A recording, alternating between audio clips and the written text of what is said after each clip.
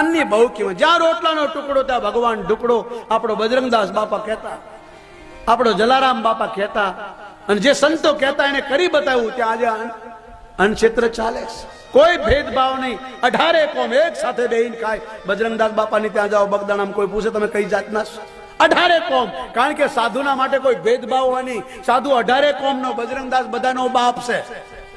ગમે એવું ગામ હશે, બજરંગદાસ બાપા કરતા મોટા મોટા સંતો થઈ ગયા, પણ ક્યાંય મઢીઓની આશ્રમ નહીં. અને આજ આપણો બાપ ગામડે ગામડે બેઠો છે, આપણી રક્ષા કરે. કારણ કે હનુમાન છે, હનુમાન હોય એ જાપે બેહે, બીજા નહીં.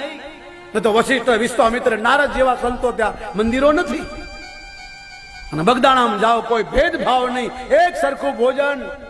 જ્યાં રૂપિયાથી રોટલા મળે, જ્યાં ભોજનમાં ભેદભાવ હોય, એને આશ્રમ ન કહેવાય, મંદિર ન કહેવાય, જગ્યા ન કહેવાય, એને હોટલ કહેવાય. મારા બાપ, મફત રોટલો મળે એનું નામ મંદિર, મફત આશરો મળે એનું નામ આશ્રમ, મફત સહારો મળે એનું નામ જગ્યા. અને જ્યાં કોઈ ભેદભાવ ન હોય ત્યાં જ હરિહર ચાલુ હોય. મારા બાપ, હરિહર નો આંકલો પડે.